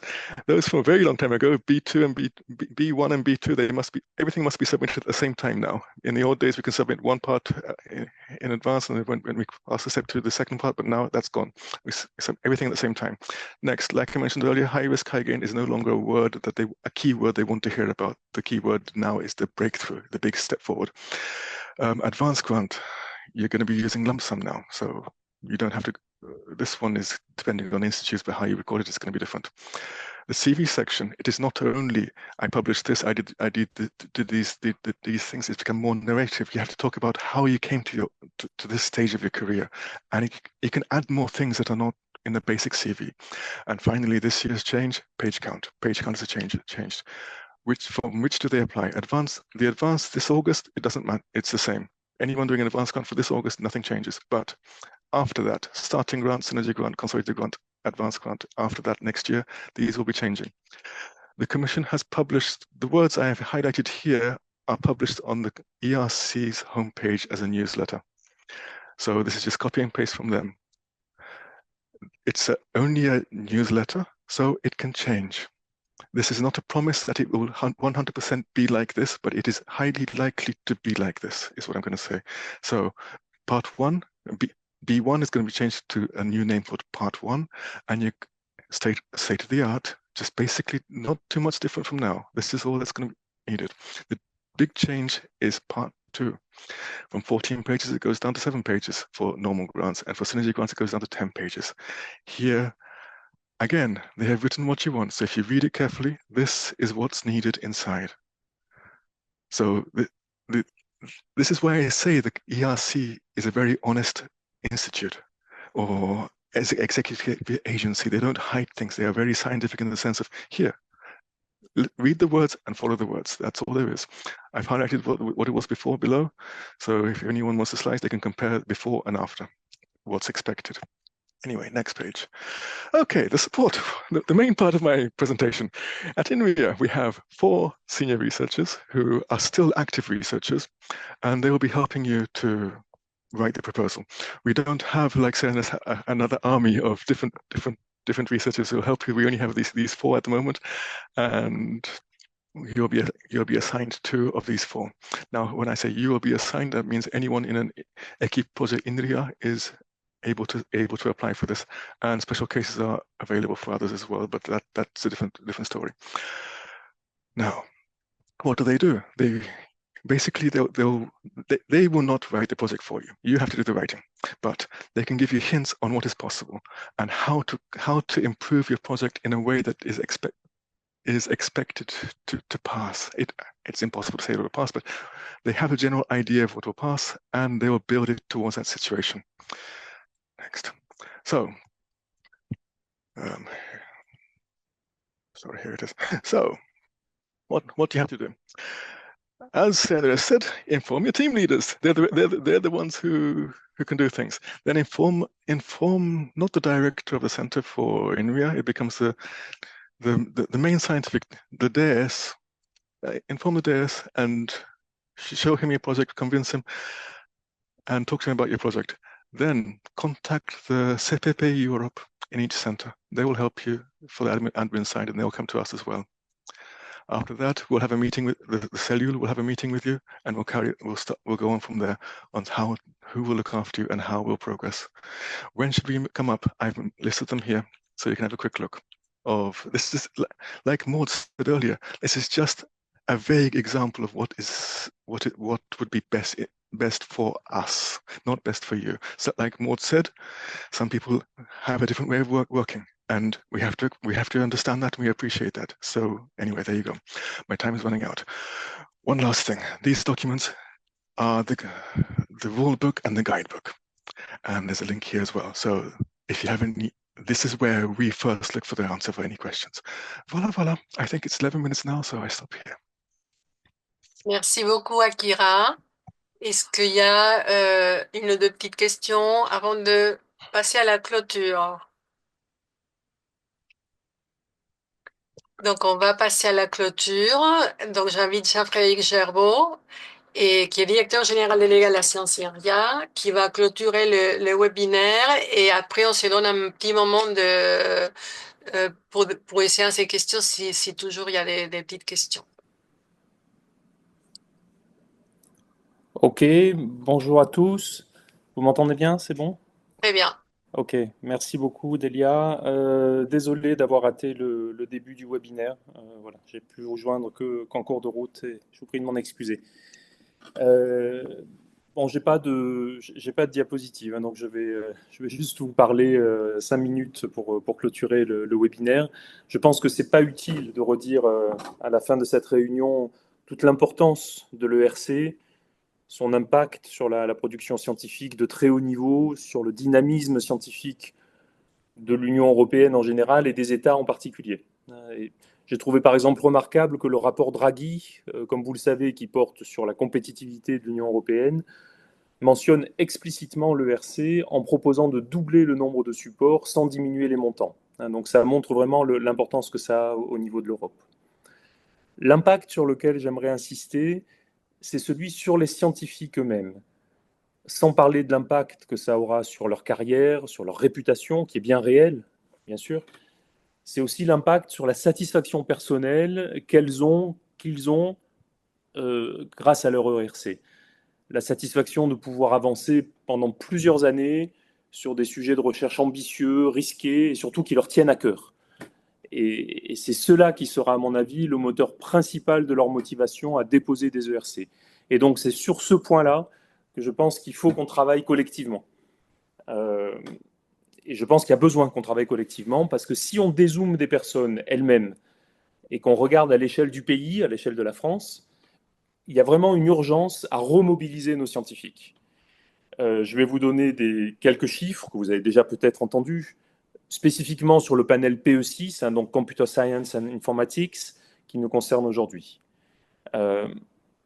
Si je regarde la période de 12 ans qui s'est écoulée entre le début de l'ERC et 2018, donc 2007-2018, la France était deuxième au coude à coude avec l'Allemagne. Il y avait 77 projets financés en Allemagne en PE6 pendant cette période et 76 en France pendant la même période. Le Royaume-Uni était troisième avec 69 projets. Si maintenant vous regardez la période récente, les 6 dernières années, 2019-2024, l'Allemagne a 73 projets, c'est-à-dire qu'en 6 ans, l'Allemagne a fait quasiment aussi bien qu'au cours des 12 années précédentes. D'accord ? Le deuxième pays, c'est Israël, avec 46 projets en PE6, et la France est passée troisième, mais surtout avec seulement 26 projets. Donc on a complètement décroché au cours des dernières années. Au passage, si on regarde à l'échelle des institutions et pas à l'échelle des pays, alors il faut avoir à l'esprit que la moitié des 16 premières institutions en projet financés en PE6 sont des acteurs qui sont hors de l'Union européenne. Il y a 4 institutions en Israël, 2 au Royaume-Uni et 2 en Suisse. Et sur ce top 16, vous avez seulement 2 établissements français qui sont le CNRS et INRIA. Et plus précisément, sur 102 projets français financés au PE6, il y en a 74 qui ont été portés par le CNRS et par INRIA. Ce n'est pas satisfaisant pour la France. Le but qu'on doit se fixer collectivement, c'est que nos organismes continuent à ce niveau, et on sait que c'est difficile, d'accord, tout en contribuant à une plus grande diversité des établissements français qui sont financés. Ça, c'est extrêmement important. C'est là qu'on a finalement notre réservoir, notre capacité de croissance la plus forte. Alors, nos cellules d'accompagnement, vous les avez entendues, elles font un travail qui est formidable et je tiens à les saluer. C'est beaucoup d'énergie, beaucoup de temps passé de la part de nos collègues qui s'investissent dans ces cellules d'accompagnement. Et les lauréates et les lauréats avec qui je parle régulièrement disent quasiment toutes et tous combien cet accompagnement a compté pour eux. Les autres établissements ont naturellement aussi des dispositifs d'accompagnement de très grande qualité. Le message ici, c'est que nous devons trouver des moyens d'unir nos efforts pour améliorer la performance globale de notre pays dans le domaine du numérique. Ce matin, jusqu'en début d'après-midi, j'étais au salon Vivatech. Il y avait une entrepreneuse qui s'appelle Marie Panavoine qui disait que la prise de risque doit être vue comme une opportunité de gagner quelque chose plutôt que comme le risque de perdre quelque chose. Alors bien sûr, ça concernait elle parlait de ça pour parler de l'entrepreneuriat, mais je pense que c'est dans une large mesure transposable à la prise de risque scientifique et à la démarche de soumettre un projet à l'ERC. Gagner quelque chose plutôt que l'opportunité de gagner quelque chose plutôt que le risque de perdre quelque chose. Nous savons valoriser les réussites à l'ERC, nous en parlons beaucoup. Nous devrions peut-être davantage valoriser les échecs à l'ERC, comme le font les créateurs de start-up qui mettent souvent en avant leurs projets qui n'ont pas marché. Parce que quelqu'un qui a un projet qui n'a pas marché, c'est d'abord quelqu'un qui a pris le temps d'imaginer, qui a pris le temps de se projeter. C'est quelqu'un dont on sait qu'il ou elle a acquis de l'expérience et tiré des leçons. Un autre entrepreneur, Théo Perronin, qui est PDG d'Alice et Bob, appelé lui aussi à changer la perception du risque, et il a par ailleurs parlé d'un autre sujet qui me semble important, d'une autre difficulté que nous avons en France. C'est notre vision de l'excellence qui est véhiculée par notre système de grandes écoles. Alors vous allez peut-être trouver que je suis un peu hors sujet, mais je pense que cette question n'est pas étrangère à notre adversité au risque. Notre système fonctionne très bien pour produire des personnes brillantes et très bien formées. Mais il a aussi tendance à laisser penser à celles et ceux qui ne sont pas passés par les formations les plus élitistes que certaines choses ne leur sont pas accessibles. Et si je parle de cela au sujet de l'ERC, c'est parce que j'ai en tête le témoignage d'un lauréat français de l'ERC qui a décrit très explicitement sa situation en ces termes. Il disait « Je n'étais pas passé par les plus grandes écoles, je ne travaillais pas sur les sujets les plus théoriques, je pensais que l'ERC n'était pas faite pour moi. » Voilà. La suite lui a donné tort parce qu'il a été lauréat à 2 reprises. Donc, en résumé, l'ERC, c'est un instrument qui est superbe à l'échelle individuelle. C'est typiquement le genre d'événement qui peut marquer une carrière. C'est un instrument qui est majeur à l'échelle de notre pays pour nous faire rayonner, pour faire rayonner l'activité scientifique que nous pouvons avoir dans le numérique, en informatique, en mathématiques appliquées, dans les sciences du numérique. Nous pouvons nous appuyer sur des cellules d'accompagnement efficaces et en travaillant collectivement à l'échelle du pays, entre les organismes et les universités, et en surmontant certains biais culturels qui font que nous, Français, nous hésitons parfois à nous lancer, eh bien, nous pouvons inverser la tendance observée depuis plusieurs années. C'est ça notre souhait. Voilà, je vous remercie de votre attention. Merci beaucoup pour cette clôture. Je vois déjà qu'il y a une question de la part de Zara Bouchnak. Vous avez mentionné un rapport sur l'augmentation du budget global de l'Europe pour les ERC. De quel rapport s'agit-il exactement? Alors, Non, là, qui n'est pas un rapport qui annonce l'augmentation des budgets pour l'ERC, c'est un rapport qui est plus général sur la compétitivité économique de l'Europe et qui mentionne dans ce cadre-là l'ERC comme un élément important dont s'est dotée l'Union européenne et un élément dont il dit qu'il faudrait multiplier les financements. Voilà, donc c'est un rapport prospectif, hein, c'est pas un rapport décisionnel. bien, merci. Un rapport de Mario Draghi. Oui, il y a eu une coupure de son à un moment donné, mais non, il n'y a pas eu de nom de rapport. Zara, je pense qu'elle n'a pas bien entendu la réponse parce qu'il y a eu une petite coupure de son à un moment donné.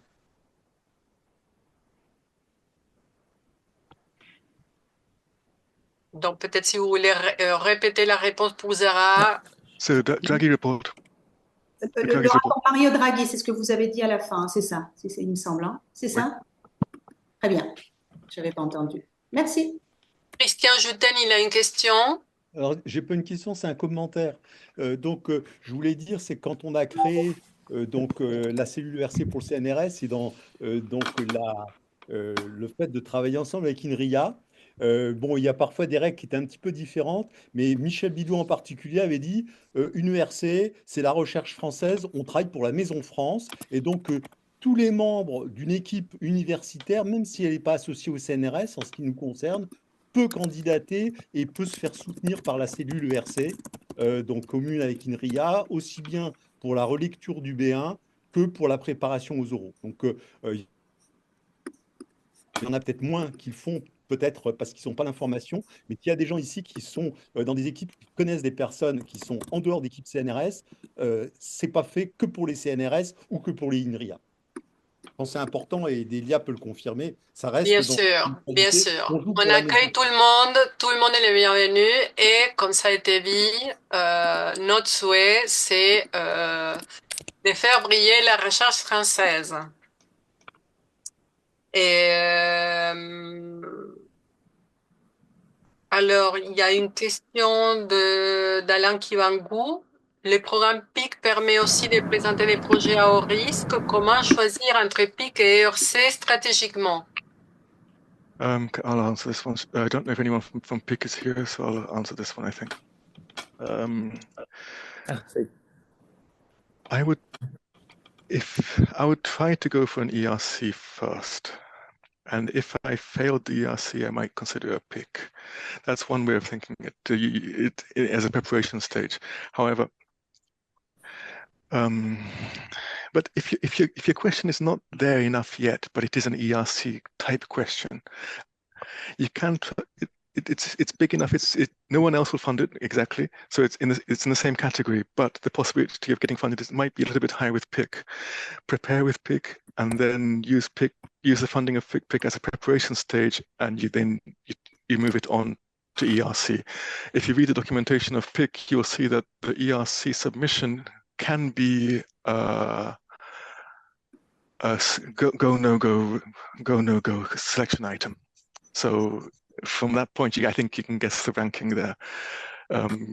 Ambition-wise, ERC is higher ambition. PIC is one step lower. I'm not going to say much lower. It's very, very close, but if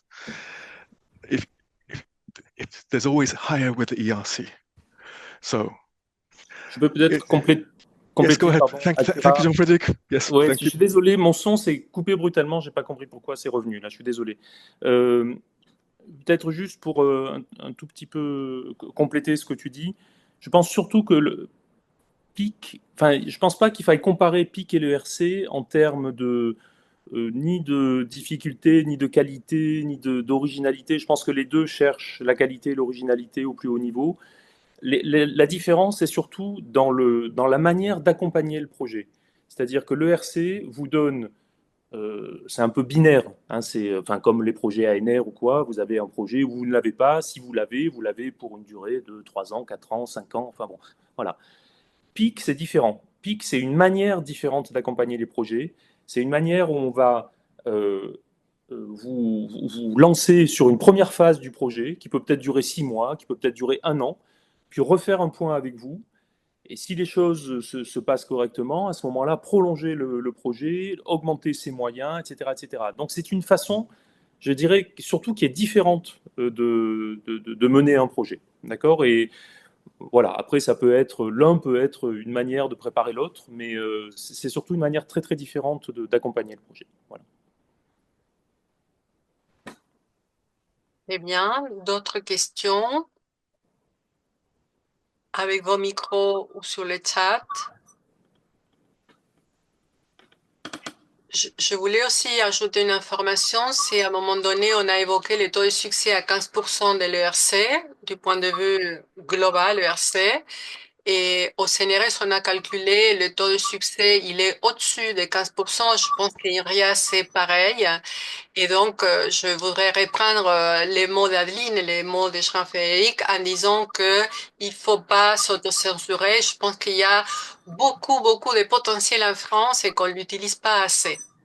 Sinon, on n'aurait pas un taux de succès au-dessus du taux de succès ERC standard. Oui, Zara, elle a une question.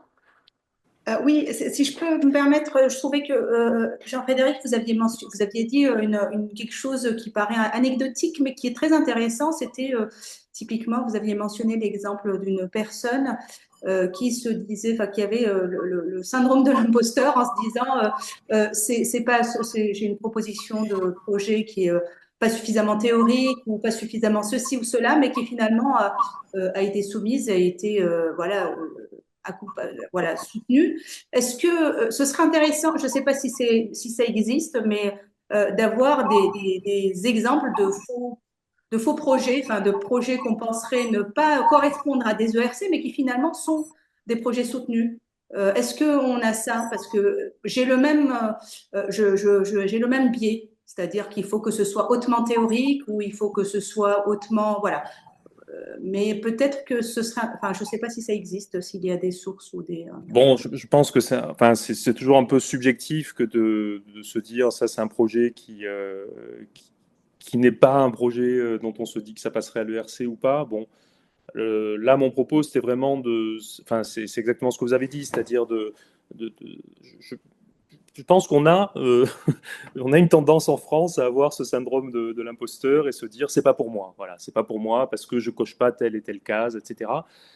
Et comme j'ai dit, je pense que c'est un peu lié à notre système de formation, donc qui a un peu tendance à faire des classifications euh, assez strictes finalement. Et voilà. Donc je pense qu'il faut d'abord sortir de ça, quoi. Se dire, voilà, c'est vraiment ouvert à tout le monde, c'est ouvert à tous les types de sciences.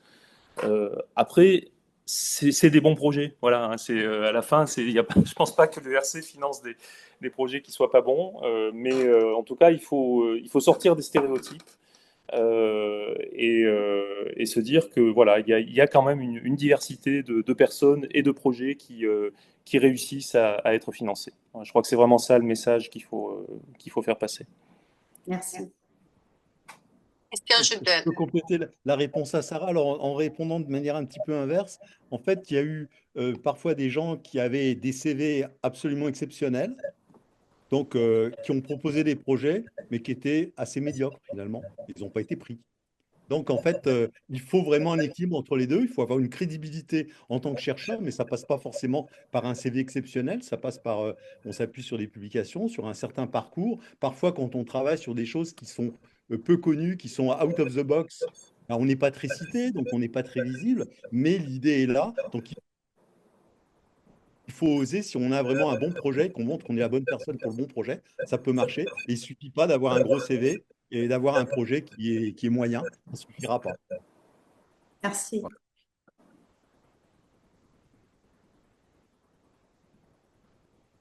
D'autres questions, interventions?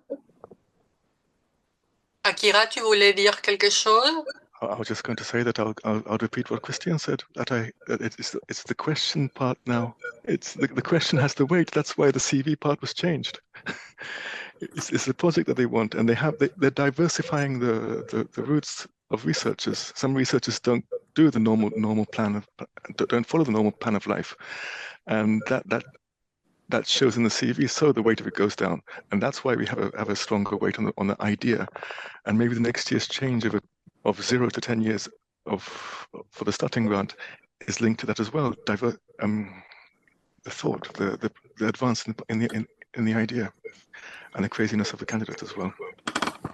Et il y a une autre question, Akira, pour te demander de clarifier les points sur les blocking points et les notes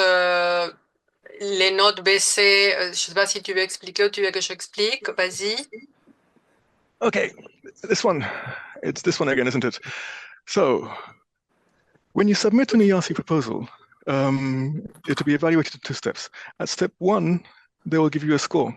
And in that score, you will have A passed, so you'll be invited to step 2, A not passed to step 2, and B and C. Unfortunately, when you receive that score of B or C in step 1, that means that's an automatic reply to your question of you cannot submit the next year. That's why the only people who can reapply the next year are the people who receive A rejected. Unfortunately, it's a sad reality, but it's to keep quality as well. So it's understandable. You have 1 more year to make your project better. Is a better way to see it. It's not that your idea was bad. Your idea needs improving, or read the ESR, evaluation summary report. But that is what it is. Have I answered your question, or have I still confused you? Yeah, I think you answered the question. But the point I was trying to make, for example, there is also the age limit. For example, if you are rated for the first year. Yes. So it carries on. Yeah. It carries on. So let's say that you are 2019, so you can't submit anymore. It was your last chance. So this blocked continues to the next one. So if you get it in starting grant, it carries over to consolidated grant. So you have a 1 year, you're blocked, you have a B on your last year of starting, that will give you a 1 year block, so you cannot resubmit on the first year of consolidator. You get a C on the last year of starting, you cannot submit for the next 2 years for consolidator. The blacklist for 2 years continues whichever it is.